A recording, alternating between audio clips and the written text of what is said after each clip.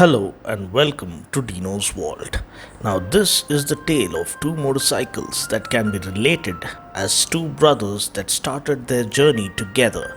The 200 NS at the time of its launch was a statement made by Bajaj to the world as to what they can achieve if they were given the opportunity to operate without limitations. The Duke 200, on the other hand, was a complete revelation that revolutionized motorcycling, a bike that changed people's perception about motorcycles. So today we compare these two bikes, or you can call them cousins, because the 200 NS's engine is heavily derived from that of the Duke 200. Two brothers who might be poles apart in terms of pricing but have the same heart to offer ultimate performance.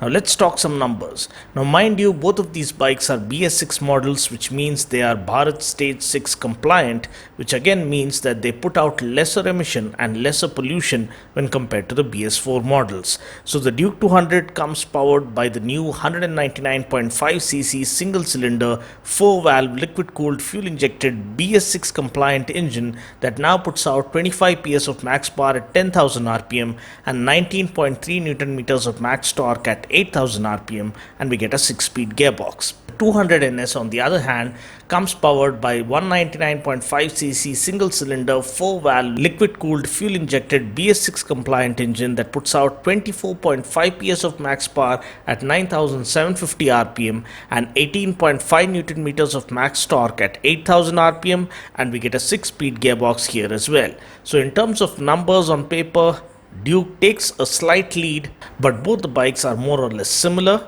Another crucial thing when it comes to feeling nimble and agile and swift off the mark for any motorcycle is the weight.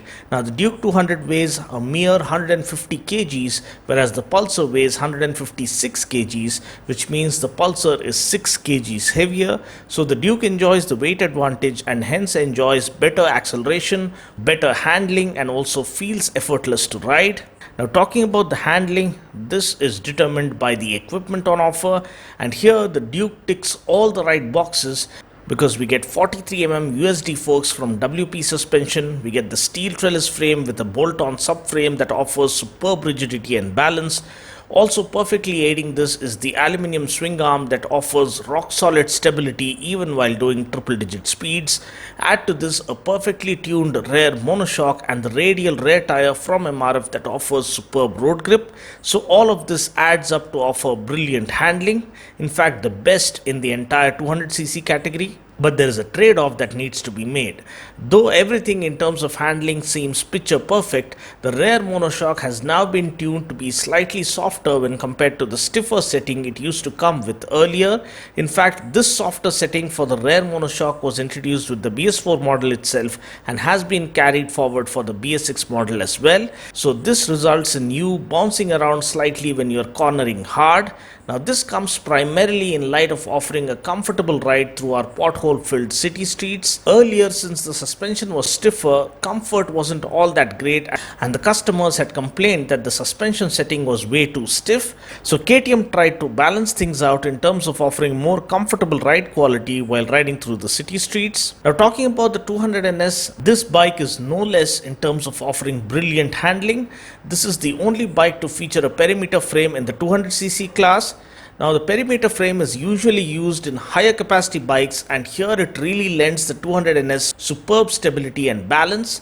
Add to this the gas charged Nitrox monoshock, which I feel is better tuned than the monoshock on the Duke 200 because this one is not too stiff nor is it too soft.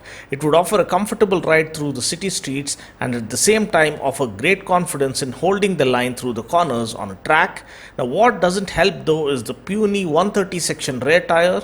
The MRF Nilo Grip Zapper doesn't offer the confidence of a radial rear tire. If only Bajaj can offer a 140 section radial rear tire, it would really take the performance of this bike to a completely different level because the road grip and the reassurance feel would be much better. Also, we only get 37mm telescopic forks up front as opposed to the 43mm USD forks that the Duke gets. So though the 200 NS does feel confidence inspiring, the front end feel is indeed better on the Duke. The Pulsar also gets a box section swing arm as opposed to the aluminium swing arm that the Duke gets. Therefore, though the Pulsar offers brilliant handling for a bike at its price point, the Duke is far better in terms of handling. For years, the Duke has been kind of a benchmark for handling in its class, and this continues to be the case. Now, talking about the styling, well, the Duke gets a complete design overhaul now, and now gets the Super Duke inspired styling exactly reminiscent of the Duke 250. So it does look sharper and sleeker now. Pulsar 200NS on the other hand retains its old design, which still looks pretty attractive, especially in this red attire. Now, looks are purely subjective and you can go with the design that attracts you the most. Now, talking about the brakes, both the bikes get a 300mm front disc and a 230mm rear disc, but the 200NS gets a petal disc which offers better heat dissipation. I felt the brakes on both the bikes were good, but the tires on the Duke offer better road grip, so that adds up as an advantage for the Duke. The Pulsar, however, does get decent tires for road use or daily use, but it's not great for track performance or aggressive riding. Now, talking about the seats, the Duke with the revised styling gets better quality foam for the seats. Also, the rider seat is more spacious and offers adequate room for the rider to move around. The 200NS does get a good seat too, but it is not as spacious as that of the Duke 200. Seat height is taller for both the bikes for an average height rider. The seat height of the 200NS is 805mm, whereas the Duke 200 seat height is 810mm. However, this is something you can manage once you gain experience. Another important point for those who like to take these bikes for touring is fuel tank capacity. So the Duke 200 now gets a bigger 13.5 litre steel tank just like the Duke 250, whereas the Pulsar gets a 12 litre tank, which is decent enough. But the Duke scores a point here as well by offering better tank range. Now, the mileage claim is also kind of similar for both of these bikes at 35 kmpl. Now, I have owned a Duke 200 myself and I used to get around 32 kmpl from my bike. So you can expect around 30 to 35 kmpl from both of these bikes depending upon your riding style. Now, talking about the ride feel, the Duke still is the king when it comes to handling. There's absolutely no doubt about that, but the 200NS is just outrightly more affordable. Both the bikes offer good high-speed stability, both the bikes offer superb acceleration, and when it comes to the sound, the 200NS sounds much better after the BS6 update. Now, talking about comfort, both offer good ride quality. The 200NS offers a more cushioning ride through the city streets because the Duke's front upside down forks are slightly stiffer to offer sporty performance. In terms of refinement, both of these bikes are refined with zero vibrations even while doing close to 130 km per hour. Riding the Duke 200 is less tiring because of it being lightweight. The 200NS comparatively will wear you down if you're stuck in a traffic jam for long. The clutch pull is light on both of these bikes, though neither of them get a slipper clutch. Also, the mass centralization concept is so perfectly established on both of these bikes with the underbelly exhaust that they just feel perfectly balanced at all speeds. Throttle action is light and easy on both of these bikes, and the throttle response is nice and immediate, and the fueling is precise because of fuel injection on board. In terms of safety, the Duke takes the lead here because it now comes with dual channel ABS as standard. The 200NS still comes with single channel ABS, which means ABS is operational only on the front wheel and the rear wheel can still lock up under harsh braking scenarios. Now, talking about the price, the Duke 200 BS6 is priced at around 1.72 lakhs ex-showroom, whereas the 200NS is priced at rupees 1.28 lakhs. So the price difference is well over 40 grand, which is huge.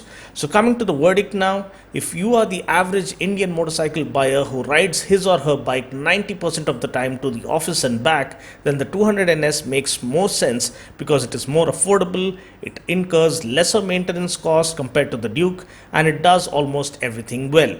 The Duke 200 is for those who don't mind paying extra to get a premium branded bike, and mind you, you don't just get a badge for the premium you pay, you actually get loads of equipment to justify that. Now, to be honest, I still love the BS3 models of the 200NS and the Duke 200, and I know that these new BS6 models can never come even close to matching what the first gen models of the 200NS and the Duke 200 were capable of achieving.